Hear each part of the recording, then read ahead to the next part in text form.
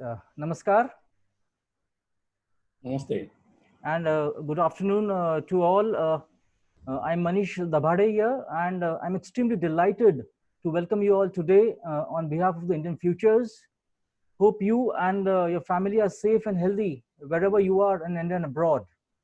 Let me begin by speaking a bit about the Indian Futures that was launched in early 2018 with the sole mission of providing a one-stop media platform for bringing out the ideas and analysis of new India we all imagine and we all strive for individually and collectively through India's best and brightest minds. The New India Dialogues is one of our recent initiatives, spurred obviously by the abnormal times we are living in now due to the corona pandemic, to have a deep, dispassionate, and honest conversations, a samvad, in the best of Indian cultural traditions on a range of issues facing India and the world. We have already hosted top Indian minds like Dr. Vinay Sahasrabudhe, Sri Devendra Fadnavis, Sri Ram Madhav, Ambassador Gautam Bambawale, Ambassador Navtit Sarna, amongst others, just to name a few, in this series hosted via video conference. Today, I'm deeply honored and excited to have this edition of New India Dialogues with India's top Indic and original thinker and leader, Shri Sunil Ambekarji, who is a senior Sangh Pracharak and presently an Akhil Bharatiya Sah Pracharak Pramukh of the Rashtriya Swayamsevak Sangh. Sunilji was the national organizing secretary of the ABVP for more than 16 long years and regularly interacts with educational fraternity in leading universities in India and abroad, including ISCs, IITs, obviously JNU, my institution, BHU, Princeton, Purdue, and Peking University, to name just a few again. He himself holds a master's degree in zoology from Nagpur University, where he is from. It's indeed a rare privilege to have you, Sunilji, with us. Thank you so much for very kindly agreeing to address us today. I'm equally fortunate to have Professor Makarand Paranjpe, India's top-class academic, intellectual, and poet, and now director of the Indian Institute of Advanced Studies, Shimla, and my senior colleague in JNU, and have personally known him for over a decade now. He has over 50 books to his credit as an author and as an editor, and I might be missing the latest count now, the latest figure now. He's a regular columnist, writing in major newspapers, and frequently appears in TV shows. His soft spoken, sensible, and sensitive intellectual argumentation has endeared him to a range of Indians globally, including me. On a personal note, he has been extremely generous, effusive in sharing his wisdom and time whenever I've reached out to him. I'll definitely and surely credit him for the ideas and trajectory of the Indian futures since its inception. We are here today to hear Sunilji speak on his latest book, The RSS Roadmaps for the 21st Century, which was published last year and released at a very high profile public function by Honorable Sir Sangh Chalakji Sri Mohan Rawji Bhagwat in New Delhi. I was witness to. The book, which is I will strongly recommend to all Indians and non-Indians alike, is in the words of the author himself, and I quote, "It is about the process through which the Sangh is recontextualizing age-old civilizational thoughts in an ever-changing contemporary society," unquote. The book, it's surely a practitioner's book, an insider's account, and a candid one, a rarely candid one, not shying away from hot button topics like family, marriage, and many other issues. And it's actually a tell all volume about the RSS, about which scores of people comment on a daily basis, but rarely know about it. Its form, its ideas, its history, its leaders, its present, and obviously what its future going to be. I will stop here and now request today's distinguished speaker, Sri Sunil Ambekarji, to address us all on his book on the RSS. Over to you, Ambekarji. Namaste. Namaste to all. And so I'm very happy to be here for the discussion on this book. And so I am very much uh, happy to be with Professor Makarand Paranspe, to which to whom I am very having a very great respect because of not only because of its intellectual capabilities, but as a human being, as a friend, I know him very well. So thanks to him also, and thanks to all.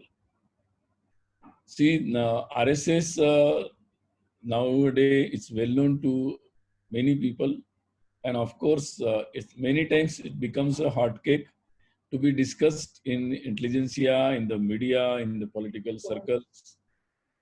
Nowadays, we are facing a very pandemic, corona pandemic trouble, and if the whole world is facing it. So in this time of pandemic also, the RSS has come forward as a normal practice. It is a very much normal for RSS to come forward in such a calamity and to help to keep mum, to speak minimum and to work maximum.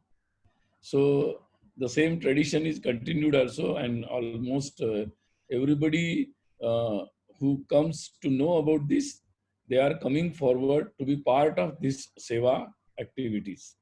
So I think, I hope everybody that you will be safe, and our country will be, and the whole humanity will be free from corona very soon.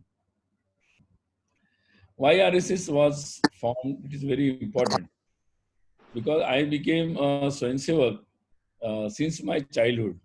And it's a story of so many RSS Swayamsevaks that in their childhood itself they become the Swayamsevak. But there are many Swayamsevaks who joined RSS as a Swayamsevak in their mid of the career or in late of the career also.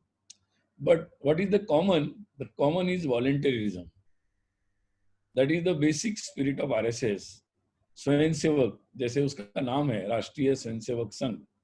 So from day one, the basic thing was the volunteerism, and volunteerism for what? Not only for their leaders, not only for some bookish idea, but for this eternal nation, Rashtriya. And only myself can't serve this country, so we have to organize, and the Sanghatan, that is very important. So Sangha was made on this basic idea that like we love our mother, and there are no intellectual height is needed to serve our mother. So it's very simple for common person, and they can come together, and with the same natural spirit, they should serve the country. Because of some 1000 years, we lost that or some spirit of unity, and so that was most needed. That's why Dr. Hedgewar, when it was RSS was formed, it was the basic idea. So as a Swayamsevak, what I understand as a RSS, that yes, it is in the service of nation. So when the idea came that people, those who know about RSS but have some prejudices about the RSS, and some people, those who don't know anything out of innocence, or they are saying something, and some people don't know, and some people, they are deliberately made to know something negative because of the regular campaigns or regular writings of some people. But over the period, as RSS tries to unite, organize the common people, it sees the uncommonness or very uniqueness in the common people.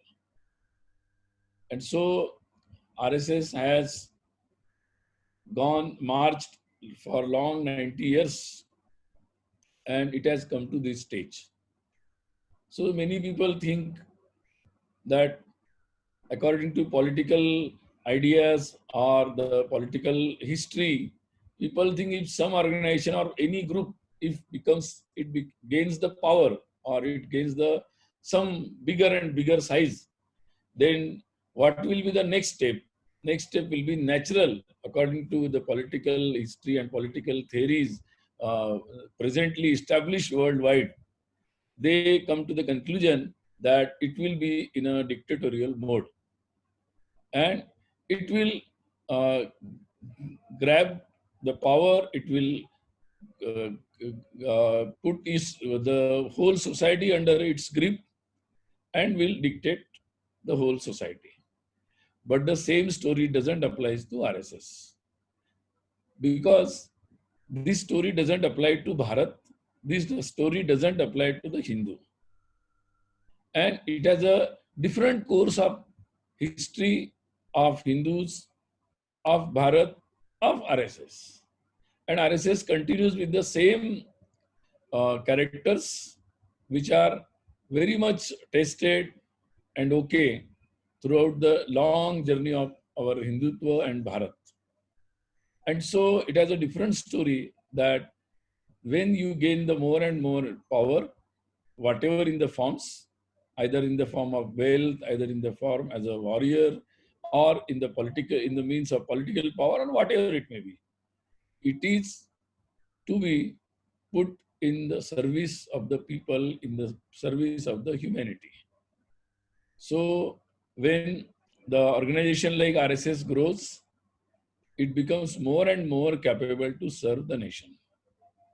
When with the same idea, if nation becomes more and more powerful, it will be in the service of the humanity.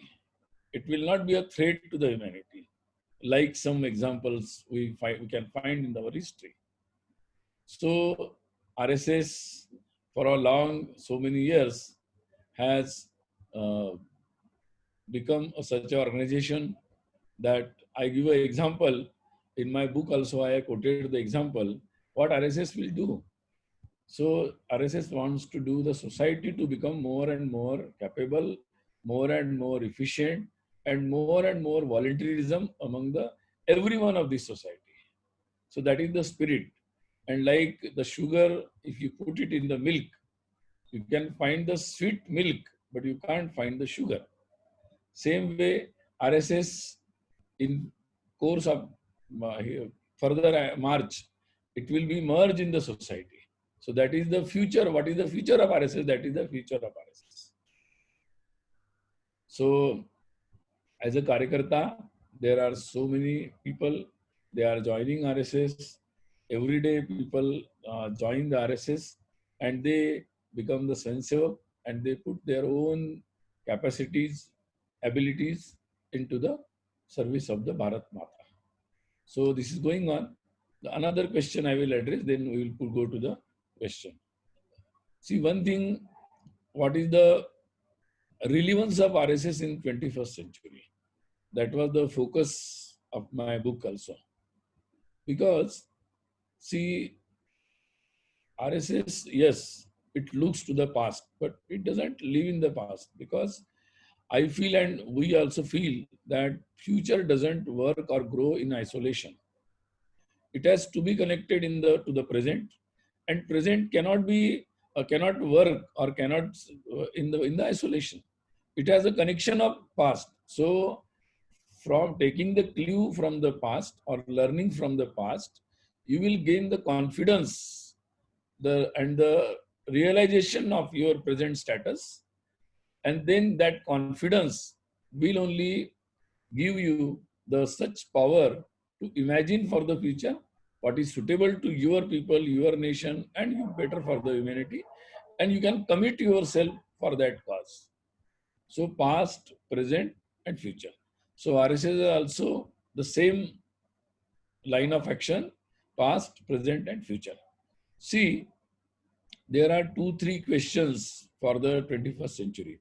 One is, now after Corona, I think we are realizing the many things about the our way of production, centralized productions or decentralized productions. Can we produce the same produce in one single industry, or we can produce in the same quality at 500 district headquarters, and avoid unnecessary migration. Now we are seeing the migrants, laborers, they are moving from urban cities to rural area. So now in the 21st century, technology will not decide our life. We will choose the technology as per our concept about the life. And here comes, what is our concept about the life? Another question is about the environment. Whether our technology and life will be at the cost of environment? And ultimately, will it lead to the happy life without taking care of the environment? No, it has not. And so we need such human capability who can choose the future action of technology. Whatever technology comes to market, oh, take it. No, we will choose the technology which is suitable to us. And it will not be common to everybody. It, according to place, according to country, according to our lifestyles, it will be different for everybody. So world will be not monolithic. It will be very multiple actions will be there. And so for that, you need a such a life that where we can have a happiness. So the question of life again comes to the center stage, and where RSS comes, and which is addressing the human life, human values, and what concept of life, concept of happiness, and how we can coexist with other people. So we will not fight with others, we'll coexist.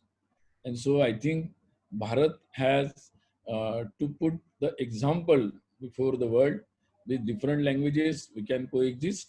As our history goes 10,000 years back, we coexisted. So with different, whatever the world says different, and we put the example, we can coexist. So I think that is the example. And so RSS is for that. So whenever somebody says that RSS is extreme or it doesn't want to coexist, actually the reverse thing applies to RSS. It's true with the RSS that it is only for the world where people will coexist very peacefully and doesn't tolerate to each other, but happily they will coexist. So I think that is the basic idea about RSS. And about the detailed program, concept, chapters, we can discuss. Thank you. Thank you, Sunilji, for the terrific exposition about what the book is all about. I think the critical idea, the central pillar, obviously, of the RSS has been the spirit of volunteerism, as you started with, and again, dedicated to the idea of Bharat. It is not about promoting leadership. It is really a very selfless idea, a selfless service towards Bharat. I think that was a critical element you pointed out. And broadly, in the later part, you discussed about what sort of philosophy, what sort of ideas about life itself RSS offers as a guiding spirit. I think those are very important takeaways, and ending obviously with this whole notion of coexistence and in a way about Samvad. I think that is very critical to understanding of the RSS. Before I hand over to Professor Paranjpe, I just want to flag that please, many of you who have seen or who have not seen the book, it is really a work of a scholar.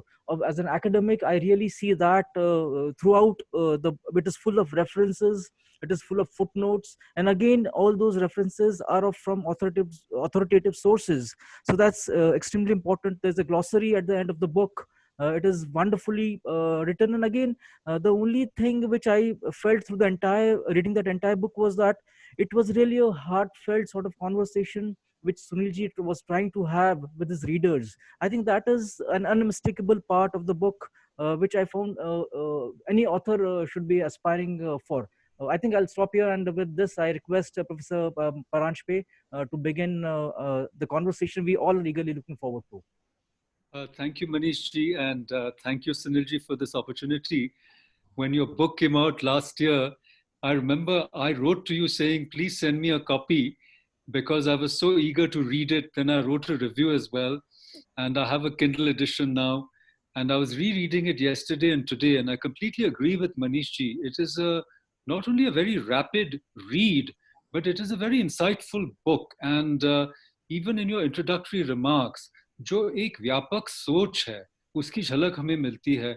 आपके introductory remarks में भी आपने दुनिया के बारे में, जगत के बारे में सोचा, कोविड के क्राइसिस के बारे में, और ये हमारी जो मानवता की जो समस्या है, सुख और दुख की, और समाज सेवा से हम किस तरह अपने आप को प्रगतिशील बना सकते हैं और हमारी आध्यात्मिक प्रगति भी हो सकती है. So all these things are very important. Now, going back to what Manish ji said, in your book, you have said very rightly that Sangh is about Vyakti Nirman and then Samaj Parivartan and Samagra Parivartan. I think this is the essence of how the Sangh operates. But let me ask you, as as a fellow author, because I know that you grew up. I've been to Hedgewar Bhavan. I know the Mohite Shakha. You were a Sham Shakha member, and I know that until the Ghosh was sounded, dinner was not served in your house. So मुझे वो सब याद है, किताब में भी आपने लिखा है. So being a childhood member of the Shakha, as well as then Swayam Sevak and then Pracharak, how did you think of becoming an author? This is my first question. मुझे नहीं लगता मैं ऑथर वगैरह बन गया हूँ. ऐसा मैं सोच के लिखा नहीं और अभी भी ऐसा फील नहीं करता हूँ. एक्चुअली मैं कॉलेजेस में, यूनिवर्सिटीज में जाता था तो बहुत सारे स्टूडेंट्स से मिलता रहा इतने 15-20 वर्षों में. तो हमेशा वो मेरे अनुभव किया कि वो लोग चाहते हैं कि भाई हम लोग क्या कर सकते हैं. मतलब एक मैंने देखा कि भाई देश में कुछ नहीं हो सकता, ये भी एक समय था. लेकिन एक समय मैंने ये भी देखा कि भाई हम देश के लिए क्या कर सकते हैं. और ये कॉन्फिडेंस बिल्ट होते मैंने खुद अनुभव किया कि कैसे हमारा एक 10-15 साल से एक जनरेशन एक बिल्ट होता चला गया, जिसके अंदर एक कॉन्फिडेंस आया. तो उनकी ये प्रश्न हमेशा होते थे कि हम कैसा काम कर सकते हैं, क्या कर सकते हैं, इसके क्या रास्ते हो सकते हैं. तो मुझे लगा कि, और जब मैं ये भी समझता था कि तो उनको ये बात कैसे कर सकते हैं, वो स्वयं भी इस प्रोसेस का पार्ट बन सकते हैं. तो मैंने जो भी बताता रहता था उन लोगों को, तो मुझे लगा कि ये थोड़ा सा कहीं लिखना चाहिए. और जब मेरे पास प्रकाशक आए तो मैं उनको क्रेडिट दूंगा, रूपा पब्लिकेशन, कि उन्होंने मुझे आग्रह किया कि आप कुछ लिखिए इस बात पे. तो फिर मैंने मतलब इस बारे में लिखना शुरू किया. तो बस मैंने कोई ऐसा, जैसे किसी को होता है कि लेखक बनने का, तो वैसा मैंने सोच के लिखा नहीं है. मैंने तो बस अपने अनुभव मैंने लिख दिए. बिल्कुल बिल्कुल, मुझे वही लगा कि लेखक मतलब न बनने के उद्देश्य से भी आपने लेखन के द्वारा जो सेवा का क्रम आपने जिंदगी में पहले से शुरू किया है उसको आपने आगे बढ़ाया. लेकिन लेखनी भी बहुत सरल है और सटीक है, उसमें मतलब तर्क संगत है. ये मुझे बहुत अच्छा लगा. इससे मैं आपको दूसरा मेरा सवाल पूछूंगा और फिर मैं मनीष जी को दे दूंगा. और फिर मेरे पास और 2 सवाल है, वो बाद में अगर समय मिलेगा तो मैं मतलब अगर प्रार्थना करूंगा कि वो अवसर मिलेगा तो मैं आपको दोबारा 2 सवाल और करना चाहता हूँ. लेकिन मुझे ये लगा कि जैसे मेरी भी संघ के साथ बचपन से थोड़ी सी जानकारी थी, क्योंकि मेरी माँ की जो फैमिली है, पूरा परिवार संघ निष्ठ है. लेकिन फिर हम लोग मतलब पढ़ाई लिखाई में मैं थोड़ा सा अपने रास्ते पे चला, लेकिन वो भारतीयता में बहुत मुझे रुचि थी. तो कई वर्षों बाद मैं संघ के तरफ दोबारा आया, लगभग 10 साल पहले. और मुझे ये लगने लगा, और उसका कारण ये था कि जो दुष्प्रचार हो रहा था संघ के बारे में, जो मैंने पाया 3 प्रकार के संघ के बारे में लिखा गया है. एक तो बहुत ही नकारात्मक, एब्सोल्युटली जो हम कहेंगे विशस प्रोपेगेंडा भी हम उसको कह सकते हैं. मैं नाम नहीं बताऊंगा, और जिन्होंने लिखा है वो आवश्यक नहीं है, लेकिन मैंने पूरे वो ग्रंथ पढ़े हैं. और फिर एक बीच वाला रास्ता है, जो थोड़े से स्कॉलरली लोग हैं, उन्होंने काफ़ी अच्छी किताबें लिखी हैं. एक हमारे एंडरसन साहब हैं, और वो और दामले साहब ने मिलकर किताब लिखी है. केलकर साहब ने लिखी है वो, और एक हमारे कानूंगो साहब हैं, JNU के हैं. इन्होंने अच्छी किताबें लिखी हैं, काफ़ी वेल रिसर्च. वॉल्टर एंडरसन की किताब काफ़ी वेल रिसर्च है. और अब सिर्फ पिछले 1-2 साल में मैं देख रहा हूँ कि एक संघ के पक्ष से भी एक लिटरेचर निर्माण हो रहा है. रतन शारदा जी ने भी किताब लिखी है. तो इसीलिए मेरा दूसरा सवाल भी आपकी लेखनी से जुड़ा हुआ है, जो ये है कि क्या आपके मन में कभी ये लगा कि मुझे भी लिखना चाहिए कि जो गलत फहमियां है और संघ के बारे में जो दुष्प्रचार हो रहा है, तो उसका भी मैं कुछ जवाब दूं? एक वो, और दूसरा उसमें फुटनोट में ये लगाना चाह रहा हूँ कि जैसे मुझे लगा जब मैं बड़ा हो रहा था, मैं मेरे मामा जी, मेरे मौसा जी, मेरी मौसी जी, मैं इनको बहुत करीब से जानता हूँ। और इमरजेंसी के दौरान वो जेल में गए वगैरह वगैरह। और जब मैं ये दुष्प्रचार सुनने लगा बड़ा होने के बाद, तो मुझे इन दोनों में एक सुरता बिल्कुल नहीं लगी। तो मेरा सवाल, मतलब उसका दूसरा कक्ष ये है कि ये इतना संघ के खिलाफ प्रोपेगेंडा क्यों है? क्या इसके पीछे कोई डर है कि संघ पावरफुल बनेगा या संघ समाज बनेगा, जैसे आपने लिखा है उसमें? तो दो कारण कि क्या संघ की तरफ से काफी लिटरेचर आ रहा है। नंद कुमार जी ने भी किताब लिखी है, उसके बारे में भी मैंने कुछ लिखा है। रतन शारदा जी की किताब है, आपकी किताब है। क्या ऐसी कोई मुहिम है कि संघ के द्वारा भी अपना व्यू पॉइंट सोसाइटी तक पहुंचाना है? और दूसरा कि इतनी घृणा क्यों है, जब हम देखते हैं कि काम इतना अच्छा है? अभी कोविड के समय में भी कितना अच्छा काम हो रहा है, हम सब देख रहे हैं। तो इसके पीछे क्या राज है? दो बातें हैं। एक तो संघ में बहुत पहले से ही साहित्य वगैरह लिखा जा रहा था। संघ में तो दो प्रमुख विभाग बिल्कुल शुरू से है। एक का नाम है शारीरिक और एक का नाम है बौद्धिक। बौद्धिक। तो संघ में दोनों विभाग बराबरी से डे वन से है। तो संघ का फोकस किस बात पर है? दोनों बात पर बराबरी से है, ये डे वन से है, पहली बात। तो दूसरी बात, संघ के जो प्रकाशन है, आपको पता होगा तो शेषाद्री जी है, दत्तोपंत ठेंगड़ी जी है, ठेंगड़ी बहुत जी सारे है ऐसे जी। लोग हैं, series of so high profile intellectual people. और परमेश्वरन जी है, रंगाहरी जी, तो वेरी हाई प्रोफाइल इंटेलेक्चुअल्स जिन्होंने और काफी उनके कुछ लिखा पहले है। दीनदयाल उपाध्याय जी। हाँ, मैं बोलने वाला था वो दीनदयाल उपाध्याय जी। तो बहुत लोगों ने काफी अच्छे से एग्जॉस्टिव लिखा है।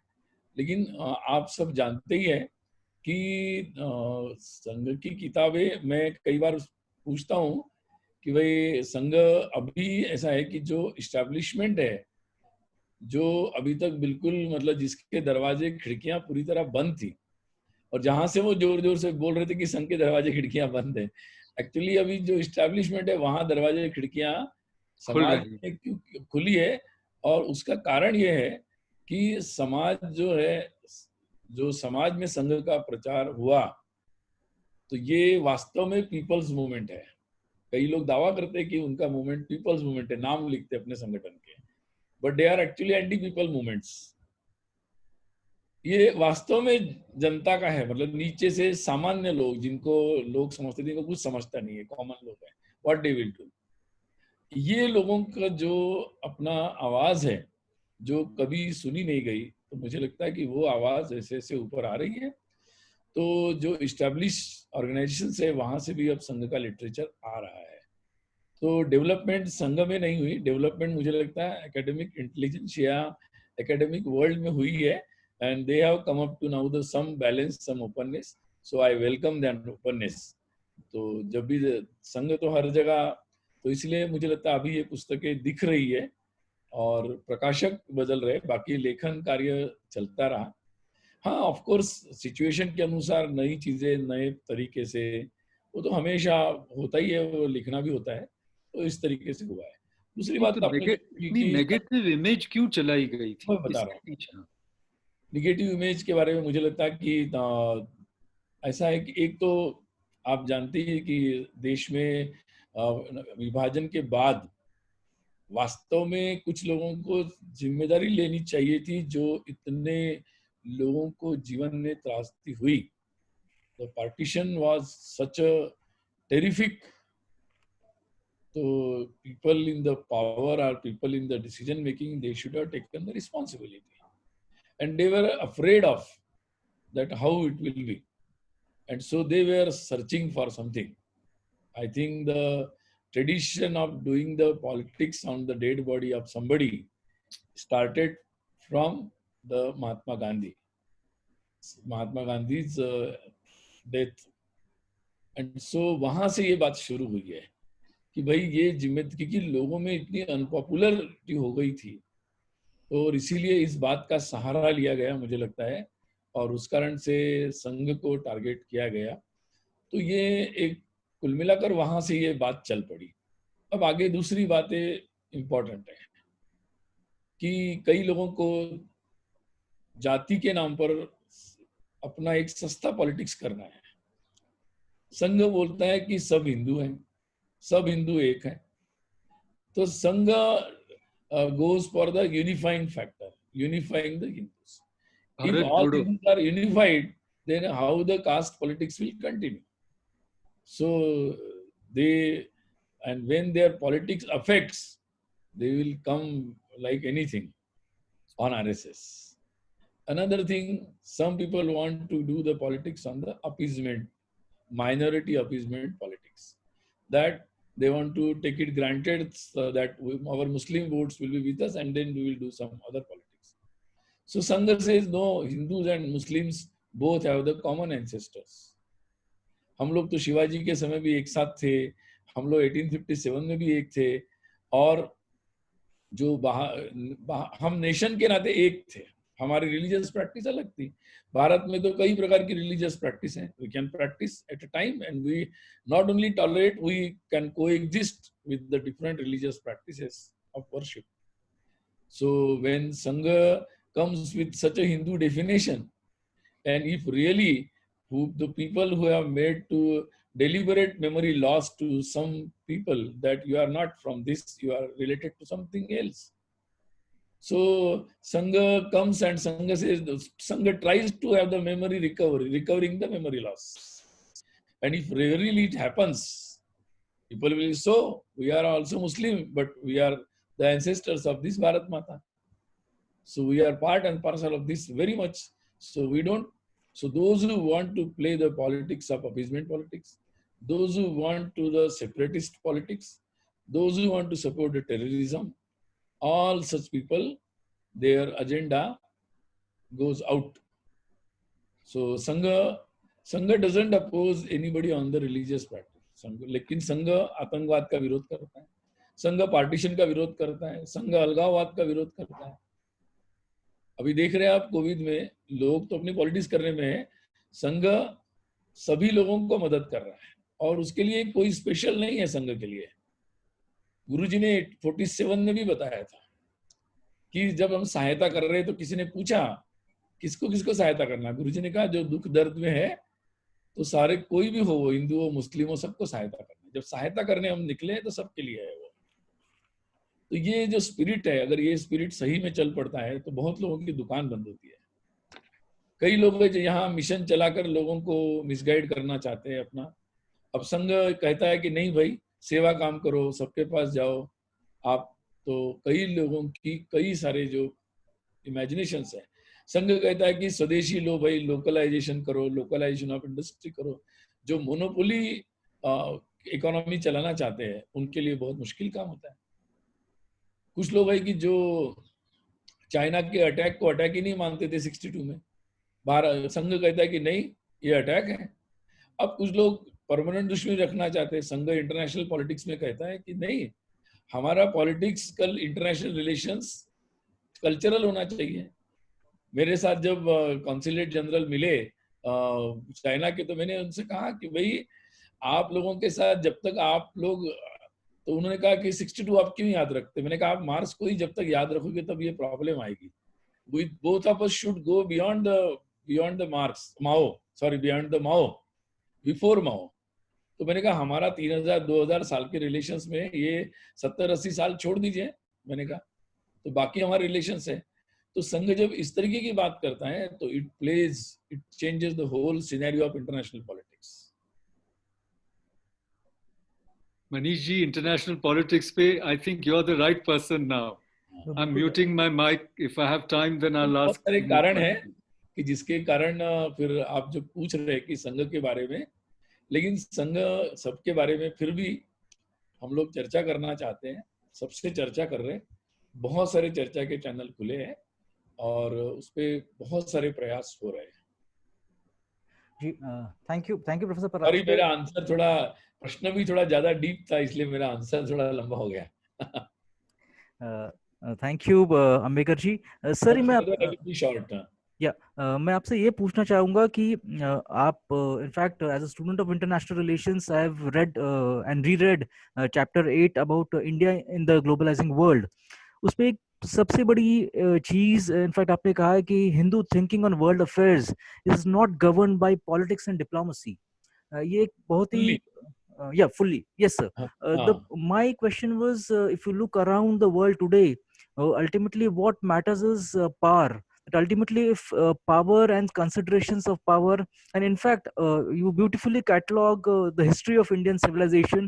In fact, because of lack of power, because of ambivalence towards power, do you think at some extent that has affected India's destiny in the past, and even India's destiny even now, that because we have some ambivalence towards this whole notion of power, and that is at somehow constraining India's rise globally.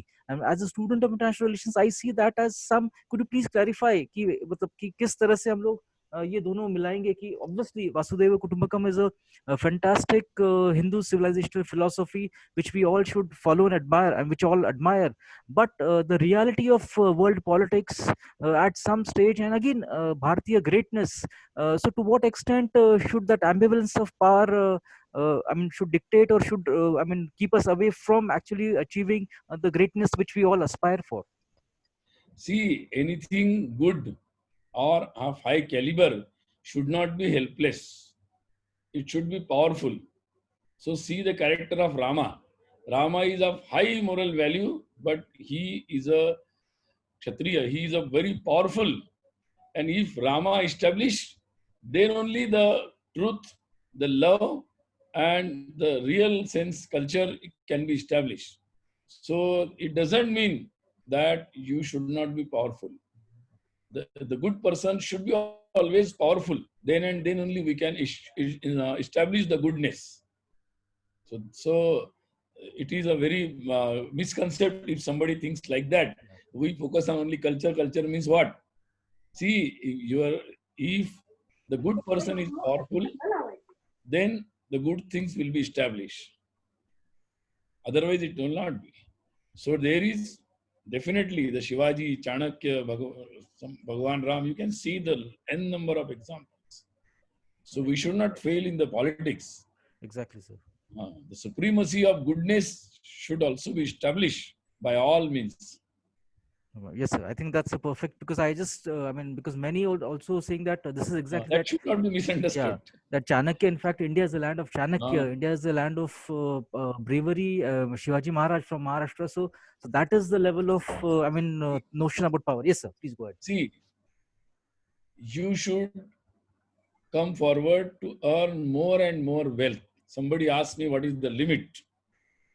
The limit is that whenever you have the more than sufficient, it's what should the destination of that more than sufficient? It should be given to the danam. It should be given to the needy people, and it should be go to the people. If you have a power, for what it should be used? See, actually, the concept of nation. Every civilization wants to grow, and move forward. Nothing wrong in that. But when conflict comes, when nation goes without this sense of culture, then it will be threat to other nations, to overpower the other nations. That what happens in the West, and why the nation and nationalist and nationalism, the terms are bad terms in their contest. But our national concept was not like that. We will be powerful. Chakravarti. But for what? Rajendra Chola or Pola, whatever, all our dynasties, they went to everywhere. Now you can find their roots reaching to the Europe and what you say, the West Asia, Central Asia, everywhere you can find their presence of past roots of our trade and our warriors. But it has never tried to destroy the cultures of those people. So that is the, I think, difference. And so the power politics still goes on. I think that that's really enlightening us in a beautiful way about this whole understanding of power. And my second question is about this whole PM's Atmanirbhar Abhiyan, which is also Swadeshi. And in fact, I'm entering into Professor Paranjpe's territory because he's just written a fantastic piece. In the print about this, but just again, could you please explain and elaborate on what you had written about Swadeshi? What is the notion of Swadeshi? Because at some level, I as a student, and again I'm coming back because I see myself more as a student of international relations, and here you see that post 1991 economic reforms, India benefited immensely from globalization, and Indian power has increased tremendously, and again purely out of the enterprise of the Indian people. So to what extent closing or moving towards self-reliance, Swadeshi economics, I mean, again, Swadeshi obviously itself is, as you rightly point out in your book, is amenable to interpretation. So, could you please explain what this changed notion of Swadeshi would mean now? And in fact, I would also request Professor Paranjpe to really come in and maybe complement or add, or maybe, I mean, just take this conversation ahead. So, should I answer or Paranjpe sir will say something? Should I say something? Then you can Please, add. please. Yes, आदि sir. आदि तुम्ही बोला. Sorry, पहले Yes. आप sir फिर मैं बोलूँ. Okay, okay. Yes, sir. See, Swadeshi, it doesn't mean that you are cutting off from the other countries or the world trade or whatever the world technology, world industrialization, whatever it may be. You are not cutting, but you are connecting with them on your terms or on your way of thinking or your interest. You are connecting. So it is just a reconnection. It is not deconnecting.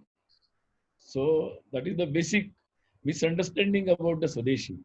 That when you take the word Swadeshi, you are connecting, you are going to move into isolation. No, no, no. Our see, in long history of our 10,000 years, whatever it may be, the trade history, so many people, great professors have written the exhaustive books on all this history of our world trade. So it was not working in isolation. It, but for your basic things, you cannot be dependent on others. I think diplomatically or strategically also it is of no use to us. So strategically also we should be self-reliant. And so self-reliant means what?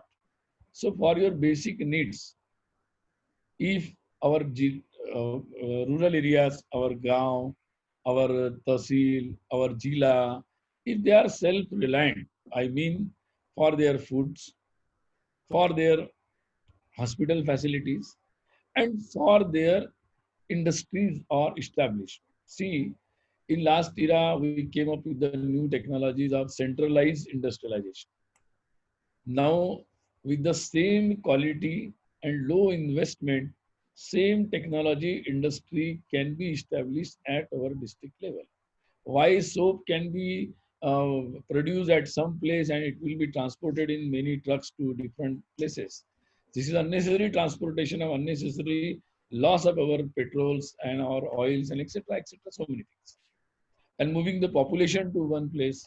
So I think that idea has uh, proved that more and more urbanization will lead to some progress of some economical prosperity, but it will simultaneously come with so many different problems like our livelihood, our difference in urban and poor, on urban and rural, and so many things. So using the local availability and using the modern technology, if somebody wants to invest, why to invest in one company? They can invest in 500 companies. Come forward, no problem. So lot of issues we will address at a time by going to this localization of economy. Of course, there will be many things like our art pieces, our specialized technology products that can be always a world trade. And of course, surplus will be moved from district to other districts, nearby district. Surplus from state will be moved to nearby state. Like that, surplus can be transported to some other nearby countries.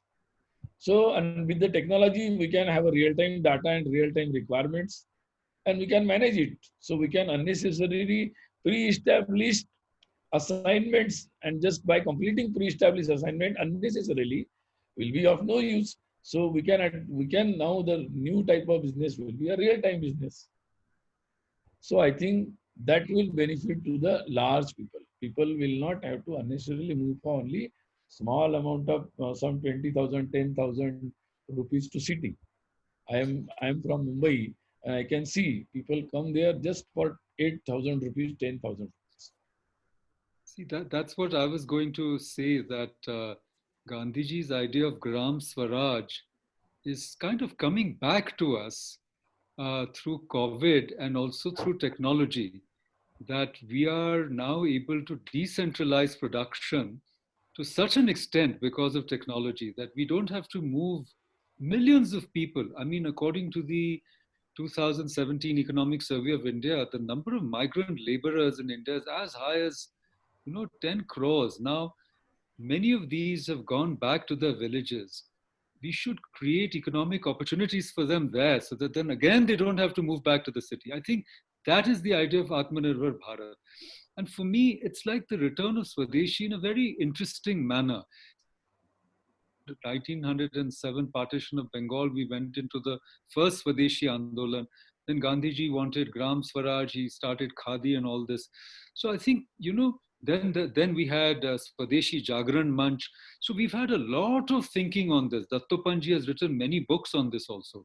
So I'm saying we are returning to some of these ideas to meet the challenge of the times. That's how I see it. And I think that through the being vocal about the local, some good things, especially to empower the poorest of our poor, if we can do that and make our villages more self-reliant, have more local production, it'll be wonderful.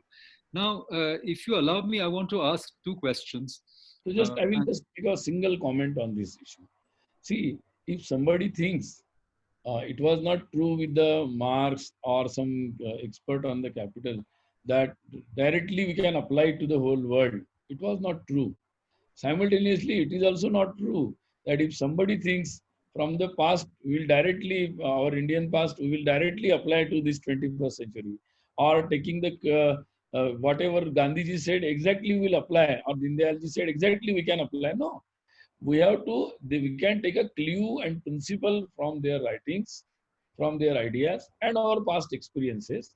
And when we have to discuss more and more about the, when we are get convinced about the Atmanirbhar Bharat, the concept of Atmanirbhar Bharat, and yes, by churning in our academia, in our universities, in our common people, then we can come out, by practice, we can come out with the new system, the new ideas, the new our systems, whatever. So we have to evolve it.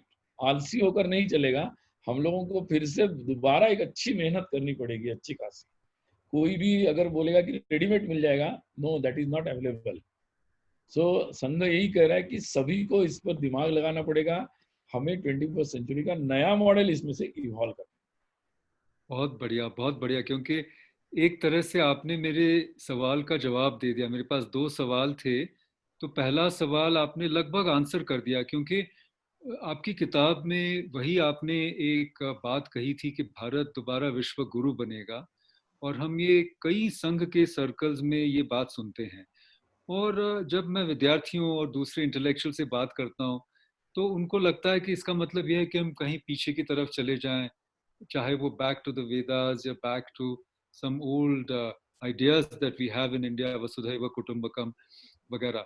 तो अभी आपने किताब में भी explain किया है कि रिकॉन्टेक्चुअलाइजिंग for contemporary times, जो कोई पीछे जाने की बात नहीं है. और जो श्री अरविंद ने कहा है इसके बारे में कि अगर भारत का पुनर्निर्माण, पुनर्जीवन, भारत के समग्र, मतलब हम कहेंगे सभ्यता और संस्कृति का इस तरह से रेनेसांस अगर होना है, तो पुनरुत्थान होना है, तो उसके लिए पीछे जाके तो नहीं होगा. तो इसके बहुत गंभीरता से इसके लिए मेहनत करनी पड़ेगी। और मैं यही कहना चाह रहा हूँ कि जब हम विश्व गुरु बनना चाह रहे हैं एक तरफ, दूसरी तरफ हमारे इंस्टीट्यूशंस में इतना पतन हो रहा है. I mean, I'm connected with education. I go around the country, and many of our institutions are in crisis, and our young generation is also in a great deal of confusion. So forget about being a Vishwa Guru. We are even losing, what we had in the last 30, 40, 50, even 150 years. In fact, if you look at the quality of intellectuals that India produced when we were struggling against the British, and you look at the post-independence India, the record is dismal. I mean, just take, if you think about a field like history, we haven't produced a historian of the caliber of, let's say, R.C. Muzumdar or Jadunath Sarkar, just to give, or Sardesai. I'll just give you 2-3 examples. Now, what has happened to India, to our institutions, जो मुझे लग रहा है, we are neither there nor here. हम पश्चिम को भी ठीक से नहीं समझते, अपने आप को भी नहीं समझ रहे हैं, और एक तरफ हम कह रहे हैं, नारा लगा रहे हैं कि विश्व गुरु बनेगा भारत. सो जो ग्राउंड रियलिटी है और जो आदर्श है, उसमें इतना अंतर है. तो इसके बारे में आपका क्या विचार है? हम क्या कर सकते हैं? ठोस कदम हम क्या उठा सकते हैं? ऐसा है कि बहुत सारे वर्षों में आपने जो कहा पोस्ट इंडिपेंडेंस हमारे पूरी जो एकेडमिक सिस्टम में जो हुआ है, वो मुझे लगता है यहाँ बैठे हुए सब लोग जानते हैं, और जिसके कारण बहुत सारा एक गलत परिणाम हमारे पूरे एजुकेशन सिस्टम पर हुआ, और जिसके कारण आज की स्थिति को हम देखते हैं कि, लेकिन मैं एक बात कहना चाहता हूँ इसमें कि अभी भी हमारे पास बहुत सारे अच्छे लोग हैं, और मैं तो देख रहा हूँ कि यूनिवर्सिटीज में with pride for this culture, for this our knowledge and our systems, so बहुत सारे नई पीढ़ी के लोग आ रहे हैं, और पुरानी पीढ़ी में भी बहुत सारे लोग हैं कि जिन्होंने इंडिपेंडेंटली काम किया है, भले ही उनको इस्टेब्लिशमेंट में स्थान नहीं मिला, इसलिए वो लोग शायद हमें पता नहीं है, लेकिन बहुत सारे सब्जेक्ट्स, बहुत सारे लोग उन्होंने काम किया है. इसलिए हमारा केस जब हम सोचते हैं कि हमें जीरो से स्टार्ट करना है, तो मैं ऐसा सोचता था, but now by traveling in different places and meeting so many people, I have the changed opinion that we have so many people already. So many people have like our chemistry titration. So many people have already added the drops. We may see it colorless solution, but it is not actually colorless. So many people have already added the drops. Definitely, we have to create such an atmosphere that it should settle, that the real people, they can have opportunity to come forward. The real people can have a place in our establishment and system. So I think that is only needed. And what, like some people like you, they can provide such an atmosphere. I think RSS, we are meeting with so many intellectuals in different universities, and people are forming the group independently and on subject wise, and they are doing it work on each subject, each narratives or discourses. I think the people have taken large efforts to demonize all these, or whatever the intelligence tradition of India. They have taken major efforts, pains they have taken for last, I think, from the British period, I think 18th century, 19th onward, they have taken a lot of efforts. So I think changing the parliament proportion is, I think, much easy. But I think it will take at least one generation, yes, and with full efforts. But so, we also need a lot. And Sangha believes, yes, but it is not a gone case. It is a very much our case. Yes, but we need very much our case. But we have I completely agree. I'm only saying we definitely need the political will as well as the dedication, because we have to have institutional reform. Many of our good old universities are in a very bad shape. You know Yes. better than me. Okay, now I want to come to my last question. You know, in your book, and we also hear it, I've heard it from the Sir Sangachalak ji himself, कि आदर्श क्या है संघ का, कि संघ समाज बनेगा. 1925 संघ was founded. You know, it's almost 100 years now. What does this actually mean? Does that mean in practical terms that Sangh itself will dissolve, or like, as you said, sugar in the milk, it'll be indistinguishable? Because I feel that when, for example, once in a while, I also attend the Shakha when I get a chance. And I still feel that, you know, जैसे हमारे मुसलमान भाई बहुत कम आते हैं शाखा में. मैंने तो बहुत क्वचित ही एक दो भाइयों को देखा होगा. तो संघ अगर समाज बनेगा तो वहां भी हमें जाना पड़ेगा, ऐसे मुझे लगता है. और अभी संगठन की आवश्यकता है, काम पूरा हुआ नहीं है. तो आई थिंक संघ समाज बनेगा, ये लक्ष्य तक पहुंचते पहुंचते पता नहीं और 50-100 साल भी लग सकते हैं. इसके बारे में आपको क्या लगता है?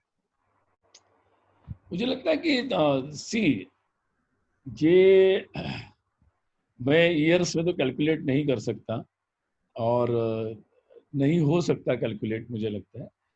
तो ये तो सोसाइटी के रिस्पॉन्स पर है कि जैसे जैसे लोग समझते चले जाएंगे तो मुझे लगता है जल्दी होगा ये. लेकिन अभी हम एक स्टेज तक आ गए हैं. एक फर्स्ट स्टेज ये था कि नेटवर्क, जिसको मैं कहता हूँ कि हर जगह आपके पास इन बातों की चर्चा करने के लिए ये बात पहुंचाने की व्यवस्था. तो in last so many years now such network and such arrangement has been established. Such frontal organisations, स्वयंसेवकों द्वारा संचालित ऐसे संगठन that are also established. So I think the machine is in full swing. So I think समाज में भी लोग सामने आ रहे हैं, बहुत सारे लोग ज्वाइन कर रहे हैं. तो मुझे लगता है देखो, संगठन जो है ना वो क्या कर सकता है, समाज परिवर्तन तो समाज करता है, और समाज परिवर्तन समाज जब चाहता है तो एक दिन में करता है, single day. But to reach to that day संगठन क्या कर सकता है, या आप लोग हम लोग सब क्या कर सकते हैं, हम समाज की इच्छा बना सकते हैं. हम इतने पावरफुल कोई भी संगठन नहीं हो सकता, व्यक्ति नहीं हो सकता, कोई सिस्टम नहीं हो सकता. हम समाज की इच्छा बना सकते हैं. तो संघ जो है वो समाज की इच्छा कि भाई हम ये परिवर्तन के लिए हम तैयार है और हम करना चाहते हैं, इसके लिए जो समाज की इच्छा है, तो वो मुझे लगता है उसका ग्रोथ स्पीड और उसका ग्रोथ रेट देखना चाहिए. तो समाज की इच्छा आज बनी है कि हम आत्मनिर्भर बनना चाहिए. हम भारत है इसके लिए स्वाभिमान रखना चाहिए. विदेशों में इतने लोग हमारे प्रधानमंत्री के स्वागत में आते, तो वो लोग थे कि जो समझते थे भारत में कुछ नहीं होगा. तो ये मुझे लगता है कि ये चेंज है जो बहुत ही एक पॉजिटिव चेंज है. तो अगर इस स्पीड से समाज की इच्छा बनती चलेगी तो समाज तो अल्टीमेट है, वो जब चाहेगा तो 1 मिनट में चेंज कर देगा सारी चीजों को. तो एक आखिरी थोड़ा सा प्रश्न, फुटनोट कहिए इसको. पॉलिटिक्स तो ऐसा होता है, वो समाज की इच्छा देखता है. बहुत बढ़िया, बहुत अच्छा इच्छा आपने जैसी जवाब होगी, दिया. वो तो बीजेपी क्या है, कांग्रेस क्या है, कम्युनिस्ट क्या है, कोई भी होगा वो सैल्यूट करेगा. बिकॉज नहीं, ये बहुत अच्छा आपने जवाब दिया सुनील जी. एक आखिरी इससे मुझे मेरा जो कौतूहल है वो बाहर निकल आ रहा है. आपकी किताब में भी एक बहुत अच्छी चीज मैंने नोट की थी, मेरे रिव्यू में भी मैंने लिखा था, और वो है आपने संघ सृष्टि के बारे में लिखा है कि संघ की जो शक्ति है, उसकी जो अनोखी ताकत है, उसकी एक सृजनात्मक ऊर्जा है. वो ये है कि वो सैकड़ों हजारों संस्थाएं, अलग अलग नेटवर्क एस्टैब्लिश कर सकता है. तो अच्छा, कहीं और से आवाज आ रही है. नहीं सॉरी. तो मेरी आपसे रिक्वेस्ट ये है कि आप इस पे कुछ प्रकाश डालें कि ये अनोखी जो संघ की सृजन शक्ति कहिए या संघ सृष्टि करने का जो मतलब ये अनोखा जो संघ के पास ऊर्जा है, ये कहाँ से आती है? क्योंकि मतलब मैं खुद देख चुका हूं, कम से कम 100 संस्थाएं तो मैंने खुद गिनी है, उसे भी ज्यादा हो सकती है. तो इसके पीछे राज क्या है? पहली बात तो मैंने जैसे कहा कि इसका कोई और नथिंग सीक्रेट लाइक दैट. तो वेरी सिंपल है कि आप अगर लोगों की शक्ति पर विश्वास करते हैं, जो संघ का बेसिक मैंने कहा कि कॉमन पीपल्स स्ट्रेंथ, उस पर ही संघ बना है और उनके वॉलंटियरिज्म पर। तो ये बेसिक मुझे लगता है सीक्रेट है इसका।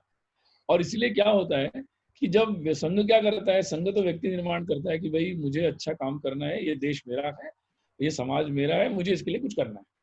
अब जब व्यक्ति और आप व्यक्ति की कैपेबिलिटी बढ़ाते हैं, मतलब उसकी क्षमताएं बढ़ाते हैं, उसका सोच बढ़ाते हैं, तो फिर वो अपनी फुल कैपेसिटी को और लगाता है। और उसके साथ क्या होता है, संघ के माध्यम से उसको एक ऑर्गेनाइजिंग स्किल आता है कि भाई मैं इस अहंकार में नहीं हूं कि मैं अकेला कर दूंगा, तो मैं समाज को जोड़ के करूंगा।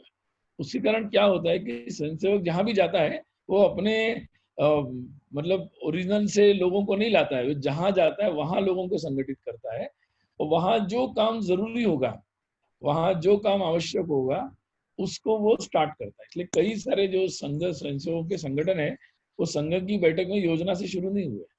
स्वयंसेवक गए वहां, उनको लगा ये जरूरी है, उन्होंने काम शुरू कर दिया। तो ये सुनील जी, जो मैं एक ही चीज कहना चाहूंगा, फिर मैं मनीष जी को बताऊंगा। इसके कारण अभी आपने बने, आपने इसमें आगे और बहुत सारे संगठन बनाएंगे स्वयंसेवक, बिल्कुल बिल्कुल, मैं एक ही चीज यहाँ कहना चाहूंगा जो आपने नहीं बताई, जो मैंने आजमाया है कि राज क्या है, वो ये है कि 3000 प्रचारक है, जो सन्यासी लगभग है, पूरे समर्पित है। ये राज है। मैं इतना ही कहूंगा, मैं किसी की प्रशंसा नहीं करना चाह रहा हूं, लेकिन आप जैसे लोग हैं, ये राज है। बस मैं इतना ही कह के मेरी बात समाप्त करता हूं। धन्यवाद। धन्यवाद। Ambedkar ji,